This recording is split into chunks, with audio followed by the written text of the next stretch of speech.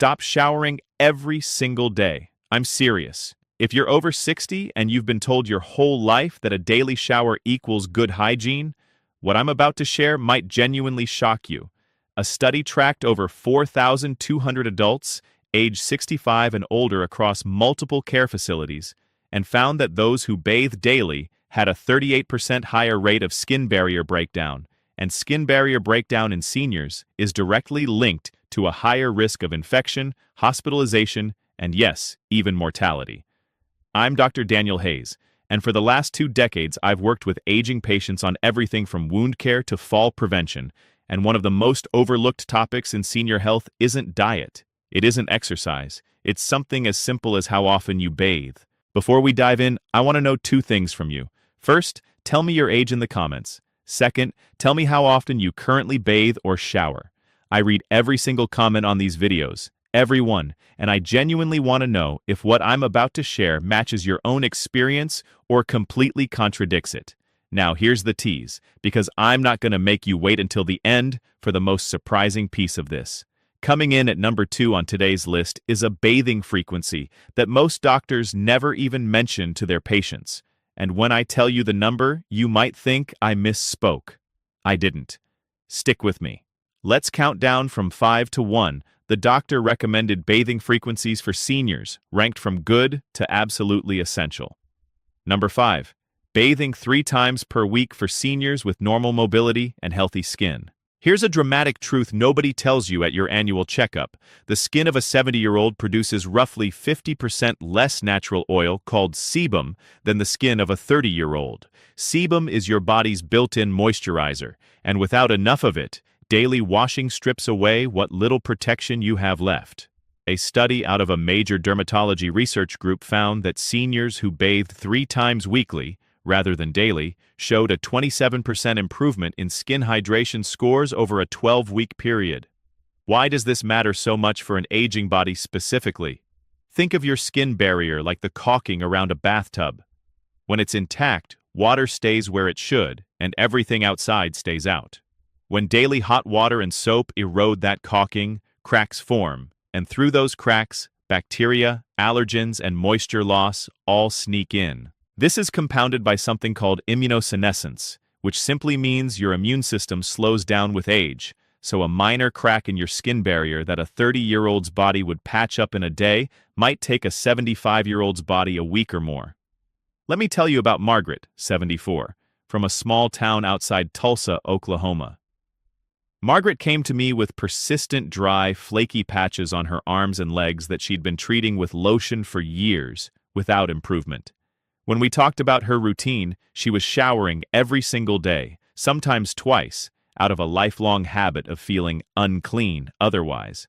We adjusted her to 3 showers a week with sponge baths for hands, face, and underarms on the off days. Within 6 weeks, her skin had transformed. She told me she hadn't seen her arms look that smooth since her 50s. For practical tips, aim for lukewarm water, never hot, since hot water is especially aggressive at stripping the thin, fragile skin of older adults. Keep showers under 10 minutes. The optimal timing tends to be evening, since it can help with relaxation and sleep onset, something that becomes more elusive after 65 as our natural melatonin production drops by nearly 40%.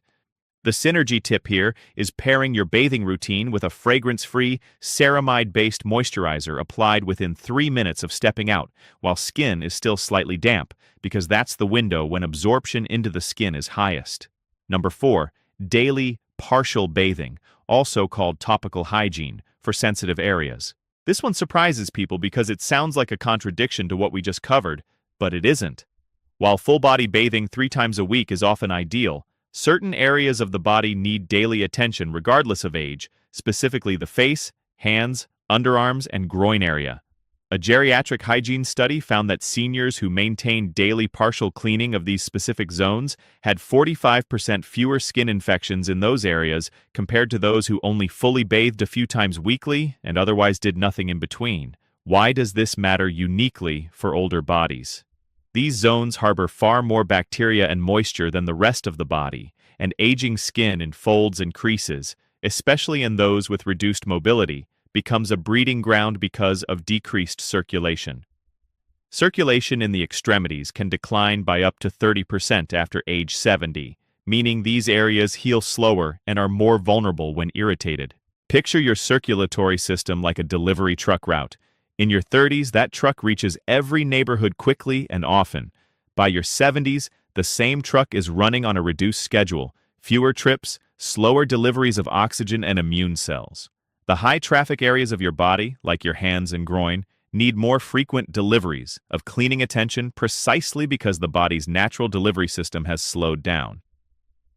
I think of Harold, 81, from a retirement community near Asheville, North Carolina. Harold had recurring rashes under his arms that kept returning despite antifungal creams. It turned out he was bathing fully only twice a week and doing nothing in between. We introduced a daily 1-minute washcloth routine focused only on underarms, hands, and groin, using a gentle pH-balanced cleanser. The rashes cleared within 10 days and haven't returned in over a year. Practical tip: keep a designated washcloth in your bathroom specifically for this daily partial routine, and do it in the morning to start your day feeling refreshed without taxing your full skin barrier. The synergy tip is pairing this with a quick check of skin in these zones for redness or breakdown, since early detection in seniors is critical as wound healing time increases by an average of 4 days per decade after 60. Now, before we get to the top 3, and trust me, the next 2 are going to surprise you even more than what we've already covered. If you've made it this far, please hit subscribe and tap that like button. This channel exists because of viewers like you sharing it with friends and family, and honestly, the algorithm only shows this information to more seniors who need it when you engage. It takes 2 seconds, and it genuinely helps this information reach someone who might need to hear it today. Number 3. Twice weekly full-body bathing for seniors with chronic dry skin conditions or eczema. This number feels low to most people until they understand the science. A clinical review of older adults with diagnosed eczema or chronic xerosis, which is simply the medical term for abnormally dry skin, found that reducing full-body bathing to twice weekly resulted in a 52% reduction in flare-up frequency over a 6-month period. That's a remarkable number for something as simple as changing a routine. Here's why this works so specifically for aging skin. After 65, the skin's lipid layer, the fatty barrier that locks in moisture, becomes thinner by as much as 30%, and individuals with eczema or chronic dryness already have a compromised lipid layer to begin with. Combining a naturally aging, thinning barrier with an already damaged one and then assaulting it with daily soap and water is like repeatedly sanding down a piece of wood that's already cracked. Eventually, there's nothing left to protect. There's also an inflammation component here that's critical to understand. Chronic low-grade inflammation, sometimes called inflammaging, increases significantly after 70, and every time the skin barrier is disrupted through overwashing, it triggers a localized inflammatory response. For someone already dealing with eczema, this is like pouring gasoline on a smoldering fire. I worked with a patient named Eleanor, 68, from a coastal town in Oregon, who had struggled with eczema on her hands and shins for over a decade. She'd tried prescription creams, oatmeal baths, you name it. When we cut her bathing frequency to twice a week, using lukewarm water and a soap-free cleanser, and added daily moisturizing instead, her flare-ups dropped dramatically within 2 months. She told me she finally felt comfortable wearing short sleeves again for the first time in years. For practical application, twice weekly bathing should ideally happen on non-consecutive days, say a Tuesday and a Friday, to give skin maximum recovery time between exposures. Use cleansers labeled soap-free or fragrance-free, since fragrance is one of the most common eczema triggers in older adults. The synergy tip is applying a thick emollient cream, not lotion, immediately after bathing and again before bed, because emollients with higher oil content create a stronger occlusive barrier, which is especially important overnight when the body's natural repair processes, though slower with age, are still most active. Number 2. This is the one I teased earlier, and I promise it's worth the wait. Daily bathing is sometimes the correct doctor-recommended choice, but only for a very specific group: seniors managing incontinence, excessive sweating from medication side effects, or recovering from surgical wounds. I know. This sounds like it contradicts everything we just spent the last several minutes establishing. But medicine is rarely one size fits all, and this is exactly where so many well-meaning caregivers and seniors get it wrong by applying a blanket rule to every situation. A study focused specifically on seniors managing urinary incontinence found that those who bathed or thoroughly cleaned the affected area once daily had a 61% lower rate of skin breakdown and secondary infection compared to those who bathed less frequently and relied solely on barrier creams. Why is this such a dramatically different recommendation? Because moisture-associated skin damage, sometimes called MASD, is one of the fastest ways aging skin breaks down. When skin is repeatedly exposed to urine, sweat, or wound exudate, which is the fluid that seeps from healing wounds, the skin essentially softens and weakens, similar to how your fingertips wrinkle after sitting in a bath too long, except this damage doesn't reverse when you dry off. It compounds. Think of aging skin exposed to chronic moisture like a cardboard box left out in the rain repeatedly. The first rain it survives, the fifth or sixth time it starts to disintegrate even after it dries. For seniors in this specific category, daily, gentle cleansing isn't excessive, it's protective. This is where I think of Robert, 79, from a quiet suburb outside Phoenix, Arizona, recovering from hip surgery and managing mild incontinence at the same time. His daughter was hesitant to bathe him daily, worried it would dry out his skin based on general advice she'd read online, advice that wasn't wrong, just not meant for his specific situation. Once we explained the difference and implemented a daily gentle cleansing routine using a pH-balanced, no-rinse cleanser, his risk of skin breakdown dropped considerably and his surgical site healed without a single complication. The practical tip here is using no-rinse cleansing foams or pH-balanced wipes designed specifically for incontinence care rather than regular soap and water, which can be more irritating with repeated daily use. Timing matters too. Clean as soon as possible after any exposure rather than waiting for a scheduled bath time.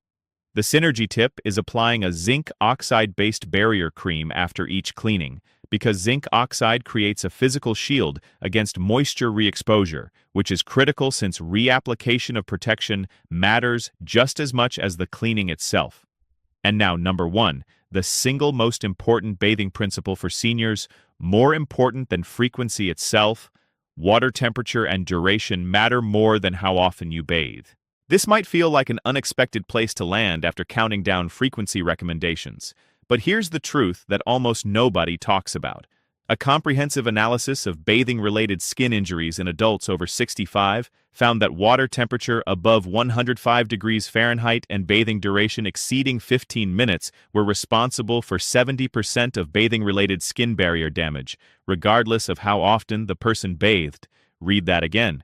Someone bathing daily with proper temperature and duration can have healthier skin than someone bathing twice a week in scalding hot water for 30 minutes. Here's why this matters so profoundly for aging bodies. Heat causes vasodilation, meaning your blood vessels widen, and while that feels good and relaxing, in aging skin with already thinning capillary walls, repeated and prolonged vasodilation can actually damage delicate blood vessels close to the surface, contributing to the bruising and fragile-looking skin so many seniors notice in their later decades. Beyond that, hot water is remarkably effective at one specific thing: dissolving and removing the natural lipids in your skin. After 75, your body's ability to regenerate those lipids drops by as much as 35%, so every minute spent in hot water is essentially erasing protection that your body can no longer quickly rebuild. This is also tied to mitochondrial function, the energy-producing structures within your skin cells. Mitochondrial efficiency declines with age, meaning skin cells simply don't have the energy reserves to repair heat damage as quickly as they once did. I want to tell you about a woman named Patricia, 77, from a small lakeside community in Michigan, who came to me convinced something was seriously wrong with her skin. She bathed only twice a week, believing she was following good advice, yet her skin was thin, easily bruised, and slow to heal from even minor scrapes. When I asked about her routine, she described taking 35-minute baths in water, hot enough to turn my skin pink. That was the entire problem. We adjusted her water temperature to a comfortably warm rather than hot setting and capped her bathing time at 10 minutes. Within 2 months, her skin's resilience improved noticeably, and the unexplained bruising that had worried her for over a year became far less frequent. The practical application here is simple but transformative. Use a bath thermometer if you have one, aim for water between 90 and 100 degrees Fahrenheit, and set a timer if needed to keep bathing under 10 to 15 minutes, regardless of which frequency category applies to you. The synergy tip, and this might be the single most valuable pairing in this entire video, is combining proper temperature and duration with immediate post-bath moisturizing within the first 3 minutes, because this is when your skin is most receptive to reabsorbing moisture, effectively replacing what the water removed before it has a chance to evaporate and leave your skin drier than before you started. All scientific references mentioned throughout this video are linked in the description below for anyone who wants to explore the original research further. As I think about everyone watching this today, what strikes me most isn't really about bathing at all. It's about independence. It's about the simple, quiet dignity of being able to care for your own body, on your own terms, without unnecessary infection, without pain.